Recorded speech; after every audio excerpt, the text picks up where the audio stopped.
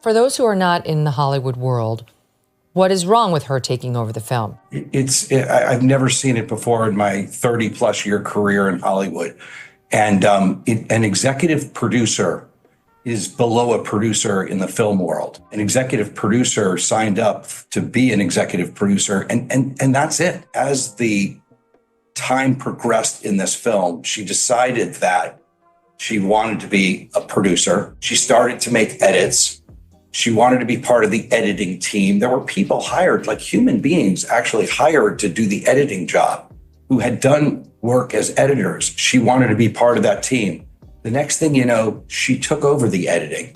She started making threats that she wouldn't promote the movie, that she wanted to be in control of marketing of the movie, that she would do nothing in terms of promotion unless she was the actual editor. Blake Lively has always been more than just a face in front of the camera. If her recent statements and the swirling rumors are any indication, she's determined to claim far more power in Hollywood than anyone ever expected. But this ambition hasn't come without conflict. From her eye-opening Forbes interview to whispers of backstage drama on big projects, her quest for full authorship has some insiders calling her visionary and others labeling her difficult. What really happened when she decided she no longer wanted to just stand on her little pink sticker and recite lines? Let's uncover the untold pieces of this puzzle and see if the real truth behind Blake Lively's determination is more shocking than we ever imagined. Before she was a bona fide Hollywood name, Blake Lively burst onto the scene through the teenage phenomenon Gossip Girl.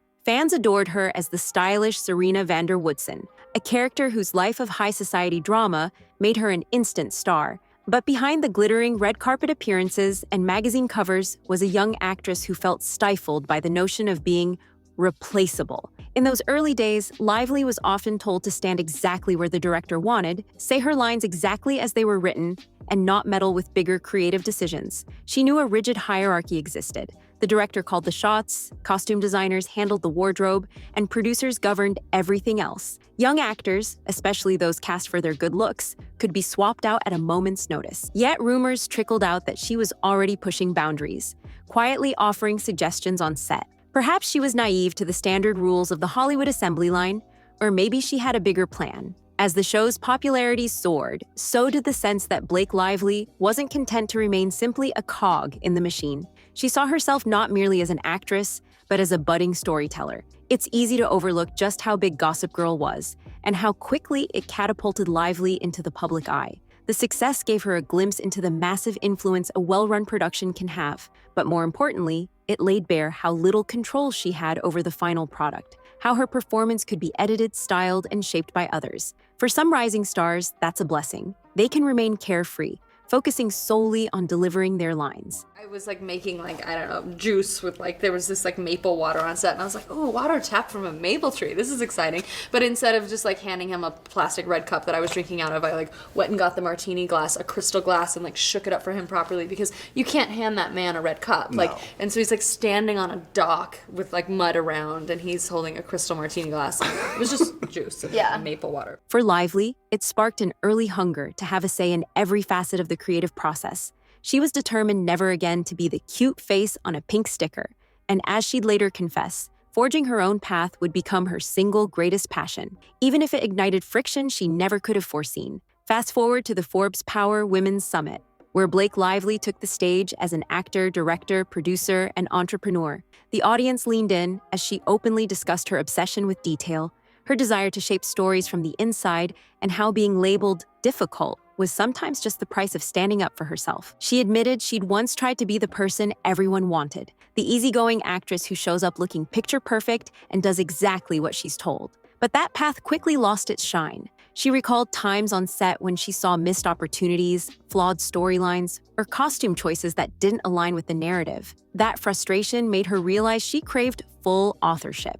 What exactly does full authorship mean in Hollywood? Typically, it's the creative power to determine a character's look, shape a scene's tone, and even influence final edits. This level of influence is often reserved for directors or showrunners. Yet Lively insisted she wanted every piece of her work to bear her personal stamp, from script tweaks to how a scene is framed.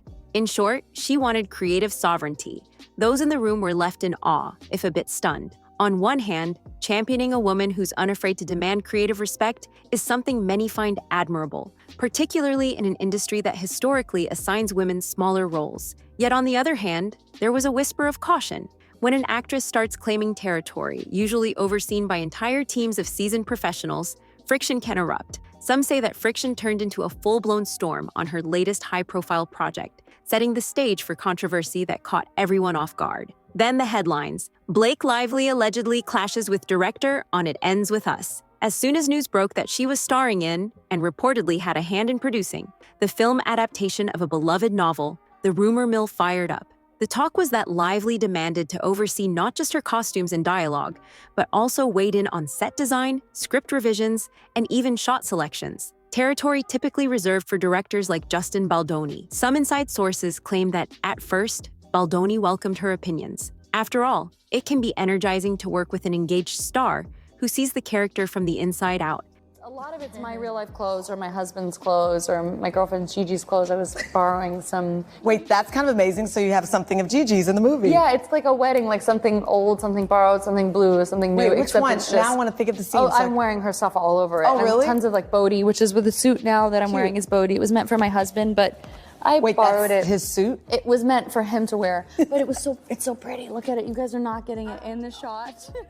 But as production moved forward, the delicate balance seemed to collapse. Wardrobe teams grumbled about having to ship entire racks of clothing directly to her home, only to have her veto half the outfits. Departments felt blindsided by sudden changes that weren't run through normal channels. In hushed corners of Hollywood, people began calling her high maintenance, pointing to Blake's own words in the Forbes talk about how it's easy to slip from standing up for your ideas to just being difficult. Yet her defenders argue she was simply holding the production to the standard she believed it deserved. But friction on a film set can quickly escalate. Gossip circulated that the creative tension overshadowed the rest of the crew's work. Some even whispered about potential legal entanglements or hostile takeover tactics. While no official statements confirmed these allegations, the swirl of chatter raised one pressing question. Was Blake Lively elevating the quality of the film or exerting so much control that the entire project wobbled on the brink? That question leads us straight into the heart of Hollywood's age-old debate. When does an actor's involvement in the creative process transform from collaboration to intrusion? Hollywood has always loved the idea of an actor stepping behind the camera or producing shows. Many superstars, think Reese Witherspoon or Brad Pitt, have soared to new heights by taking the reins in the production room. But typically, these transitions happen through official channels. Stars form their own production companies, hire teams, and develop a professional pipeline that outlines their roles from the start. For someone like Blake Lively, the lines appear murkier. She's often recognized primarily for her on-screen roles in films like The Shallows or A Simple Favor. Yet behind the scenes, she's been quietly maneuvering into writing, directing, and producing. According to those who've worked with her, she has a detailed vision that extends from costuming and cinematography to marketing strategies. Even so, the tension arises when set departments already have designated heads, professionals who've built careers around each niche area: costume designers, script supervisors, lighting directors, cinematographers. Each department believes it has unique expertise. They may appreciate an actor's input, but not if it borders on micromanagement. And so we get to the core question. Is there an unspoken rule that actors must stay in their lane? Or should we celebrate them for wanting to break free from what Lively herself calls the cute face on the pink sticker trap? Depending on whom you ask, the answers split dramatically. Supporters say bold moves like Lively's herald a future where creative boundaries don't exist, where an actor can simultaneously be an auteur. Critics claim this approach bulldozes collaboration and fosters chaos. And we went into the audition and he signed in, and then the casting director came out and said, Blake? And Eric said, yep, that's her. And I just thought I was gonna die. And she said, we don't have you on our call sheet. And he said, oh, and he put his agency's name. And so I auditioned, and I didn't know what to say in that moment. I was 16 and my brother had just written my name on a piece of paper and they were looking at me. So I walked in the room and did the audition. Is the label difficult, an unavoidable scarlet letter for women who dare to challenge the system? Or do these rumored incidents point to something more complicated in Lively's approach? In the Forbes interview, Lively acknowledged that standing firm for your ideas can easily get you labeled high maintenance or difficult, especially for women. Hollywood history is littered with women who demanded better scripts, more realistic costumes, or directorial influence, only to be blacklisted or dismissed. For many, the line between confident and diva depends less on behavior and more on perception. Blake's stance, rooted in the belief that female creators deserve an equal voice, resonates in an industry that has often undervalued them.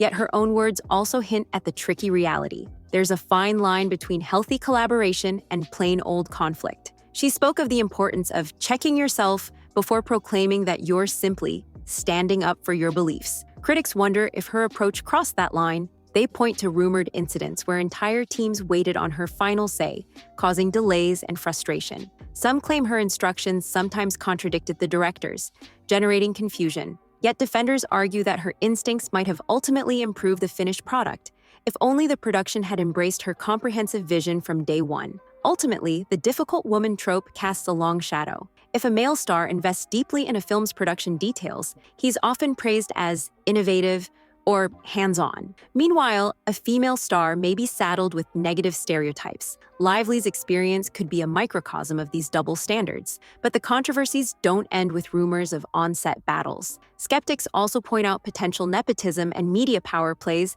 that fan the flames of suspicion surrounding big-name figures at events like the Forbes Summit. Forbes itself has faced its own nepotism controversies, given that Moira Forbes, who interviewed Lively, is the daughter of Steve Forbes. Critics in media circles raise an eyebrow. How much does family legacy shape coverage of certain celebrity guests or corporate figures? Does it also shape the narratives we see and the opportunities stars get to showcase their brand-building messages? Much like the skepticism aimed at the Forbes family, some question whether Blake Lively has leveraged her star status to take on authority within Hollywood that others must climb the ranks for years to achieve. We always tease each other. He was, after I gave birth, he was like, oh my gosh, if I lost you and I, went to the park with our 3 kids, I mean, think of the ladies I can. This is a horrible thing to say. And he's like, I mean, I've got a long list. And I was like, oh, really? Because I just have one on my list. Oh. I don't have anyone on my list. And then it wasn't funny anymore. No, it's so much more of a burn. He's like, wait, who? And I was like, Tell me, he's guessing. Think of someone. Right. Bob Newhart. I don't know.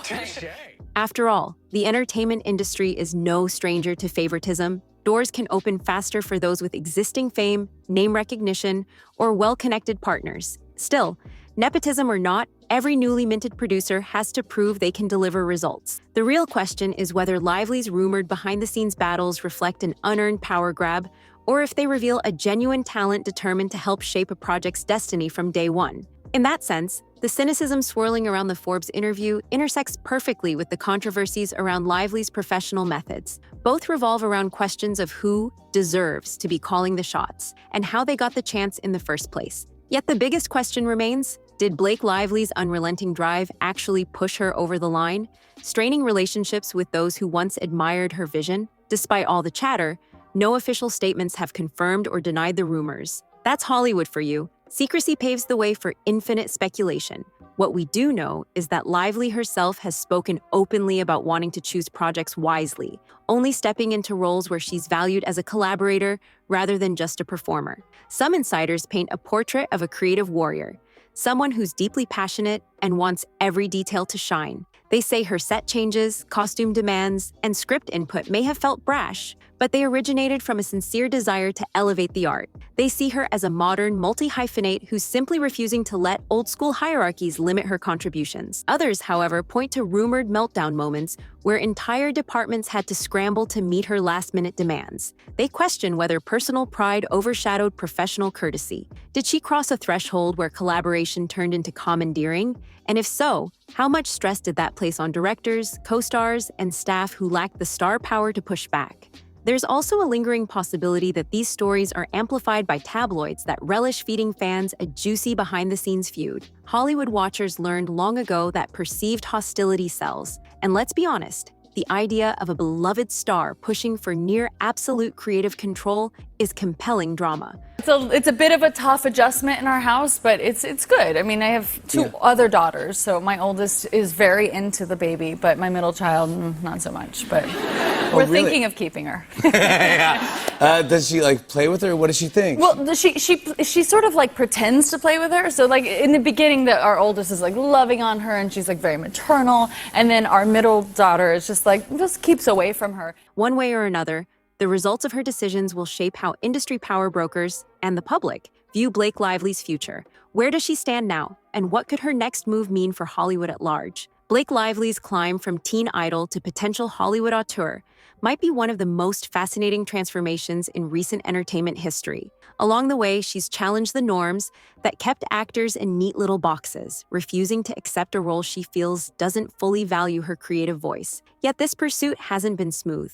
Rumors of behind-the-scenes tension on major productions illustrate the high cost of full authorship. Here's the ultimate question. Is this only the beginning of an era where more actors, especially women, take the reins, rewriting old power structures? Or could Lively's story serve as a warning of what happens when an artist's ambitions clash with the tried and true filmmaking process? If one thing's clear, it's that Blake Lively won't be returning to the days of simply hitting her mark and speaking lines. She's determined to mold every aspect of a film until it meets her standards, even if others see it as overreach. As fans and critics wait to see how her latest projects fare, the suspense lingers. Will her unwavering confidence redefine creativity in Hollywood, or will it spark the kind of controversy that can derail even the brightest star? No matter which way it goes, we're left with a bold reminder that a single performer's drive for complete control can transform a production, for better or for worse. And in a business built on collaboration, that unstoppable ambition could either revolutionize Hollywood's future